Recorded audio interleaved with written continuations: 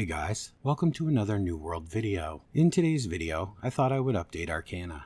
There has been a ton of changes to crafting in 1.1 Into the Void update, and some things have changed, and some trade skills have gotten harder, and some easier. Arcana, I feel, is one of the ones that has gotten easier, a lot easier. This may surprise you, but you will see it has. So let's not waste any time, and let's get into it. So, why Arcana? In New World, Arcana is arguably the most useful trade skill a person can train. It allows you to craft powerful staffs, ice gauntlets, and now the Void Gauntlet. But not only that, it allows you to craft healing potions, regeneration potions, and powerful tinctures that will give you the edge in both DPS and resistance. Everyone will be seeking your services to craft them something, both for PvP and PvE content alike. While you are setting out to level this profession, harvesting will be your primary gathering skill, so leveling these together will be a great idea. However, fishing can also provide you with a lot of desired materials as well, but this will mainly be of use to you once you have maxed the Arcana trade. Previous to patch 1.1 Into the Void, people primarily leveled Arcana by grinding out thousands and thousands of minor healing potions, but things have changed, and in this case, I would say for the better. So let's look at the leveling and what you will be making. From level 1 to 50, for this stage, you will want to head to your favorite herb gathering location. I have a few. My favorite is First Light. In this location, you will get a ton of hyssop very quickly, along with cinnamon, which is useful in a lot of cooking recipes. Another very good place is Everfall, in the area that used to be the new starting zone. Here you will find herbs in abundance, and along with gathering the hyssop, you will get garlic, which sells very well on the market, allowing you to make a sizable profit while gathering. Of course, you can also simply place a buy order on the market for hyssop, although the price is rising dramatically with the changes to crafting. But if you are lucky, it is possible that your server market is stable and you can get it at a very low price. You will need to gather 2,648 hyssop. After you have this, you will also need 662 water. Now that you have everything, head to your camp or to the nearest town and craft 662 common alkahest. From level 50 to 100, at this stage, head out once again to gather hyssop, or place yet another buy order. You will need to gather 6,900 hyssop to complete this stage of your Arcana training.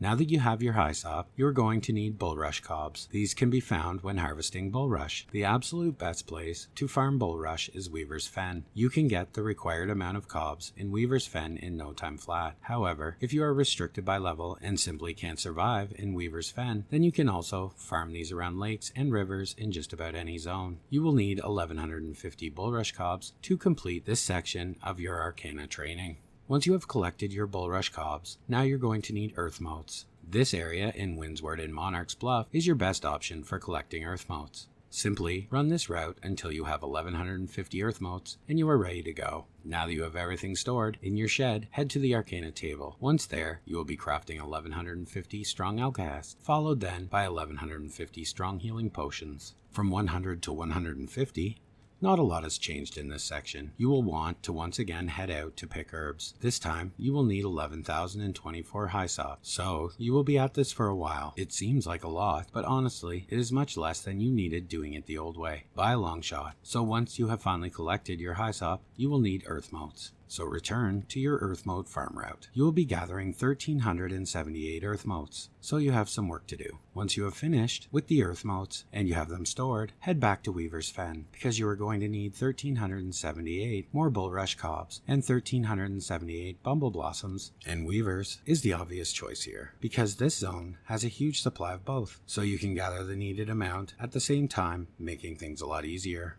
Once you have all of the needed ingredients, head back to town and to your Arcana table to get started. Once there, you will be crafting 1,379 powerful alkahest. You will then use this to craft 1,378 powerful healing potions. The reason you are crafting the one extra powerful alkahest is because you need it to hit 150, because there is a small deviation in the experience required.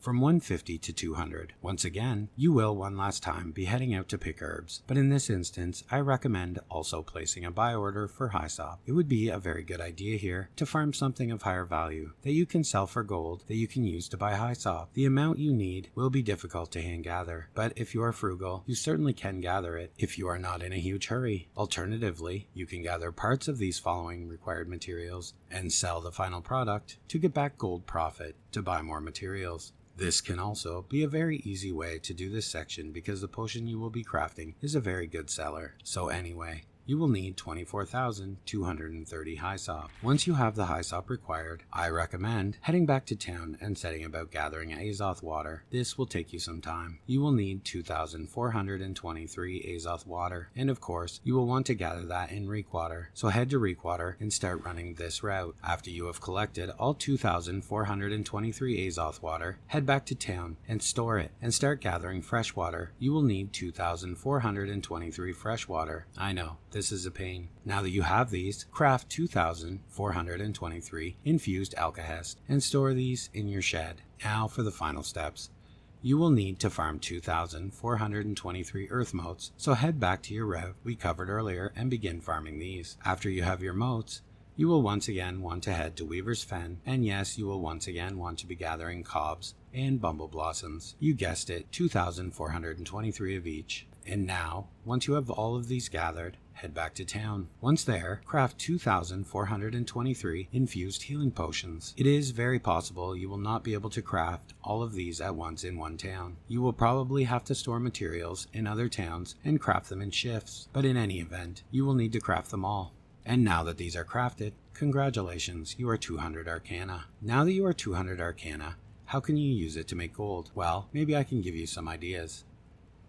Crafting tinctures, infused healing potions, infused regen potions are always a great and easy way to make gold. People always need these, and if you gather your own materials, it is instant gold, almost like printing money. Also, with the introduction of the Void Gauntlet into the game, you will make a fortune crafting orichalcum Void Gauntlets, especially if you can make them Gearscore 600. The sky is the limit on what you can make off of these. Now, how can you craft Gearscore 600 Void Gauntlets, you ask? I'm glad you asked. First, you will want the Arcana gear set.